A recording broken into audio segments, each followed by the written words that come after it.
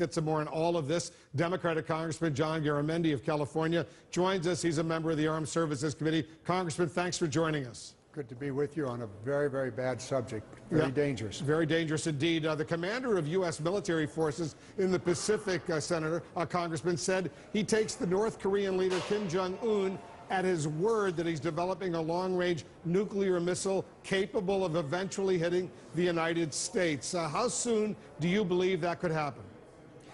We do not know. We know that it's not going to be imminent, that is in the very near future, but clearly they're headed in that direction, and they're also miniaturizing their nuclear bombs so they could fit atop that missile. So this is an ongoing threat, and it's a very real one. It is out there. The question is what to do about it. Do we accept the reality that that could happen, or do we engage in some way to back North Korea away from that program? The report that just preceded this discussion really laid out very, very well some alternatives that are there. Is North Korea willing to back away if it is clear that the United States and South Korea are not going to invade the North Korean country? That needs to be, that's an opening for a discussion. The six-power agreement, or discussions that were underway a couple of years ago, those should and could be restarted, and certainly China plays a major and critical role because they are, in fact, the economic endorser of North Korea. Would you support, Congressman, U.S. military action in dealing with North Korea if it's believed that Kim Jong-un's regime has the kind of long-range nuclear capability that could endanger the United States or U.S. allies even in the region? No. No, because I don't think it's going to solve the problem. Clearly, North Korea would therefore continue to develop its nuclear weapons, and they would find another way to deliver a bomb. Right now, use a fishing boat. They do have nuclear bombs. You can put it on a fishing boat and threaten any port city in the United States or anywhere else around the world. So those are the more likely things to occur. Let's be aware that a war on the Korean Peninsula is an unmitigated disaster. It certainly would be for South Korea.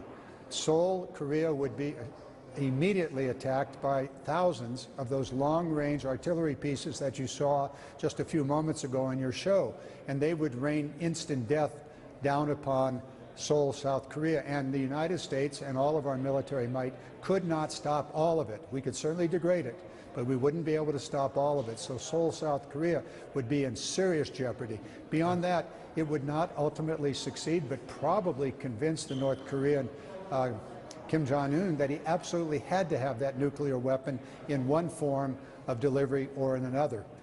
Congressman, stand by. We have more to discuss. We've got to take a quick break. Much more right after this.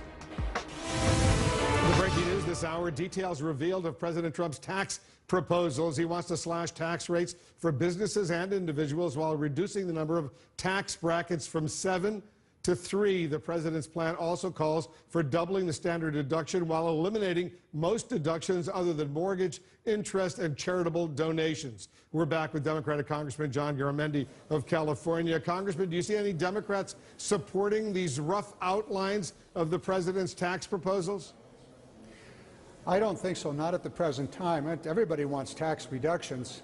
But then again, what are you going to do about the deficit? It is said that his proposal would create at least $5 trillion of deficits. So it's a real serious problem if you're concerned about the deficit. Beyond that, it appears as though it will be the largest transfer of wealth ever from the working men and women of America to the super wealthy. You take a look at the tax rates that he's talking about. You take a look at the Affordable Care Act taxes, the 3.8% tax, which is really on the wealthy. That is a transfer from the Affordable Care Act subsidies to the super wealthy. Beyond that, the elimination of the estate tax clearly is going to benefit more than half of Trump's cabinet, who are billionaires with hundreds of billions of dollars or millions of dollars of property or assets that they own, and without an estate tax, it is big-time money for their children. So the Trump children are going to do very, very nicely with this. So let's take a look at what is going on here. Businesses, will we actually see economic growth? That argument's been made over and over again, starting with Ronald Reagan and actually before that with JFK. It is marginal at best.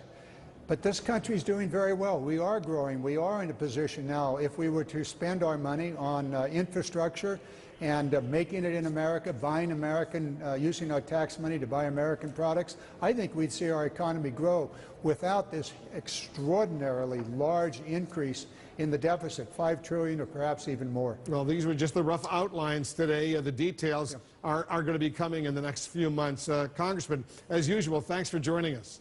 Always. Thank you. Coming up, the newest U.S. stealth fighter jet now flying at Russia's doorstep. We're about to get an exclusive look, plus a provocation at sea. We're learning new details of a rather close encounter between an Iranian gunboat and a U.S. destroyer.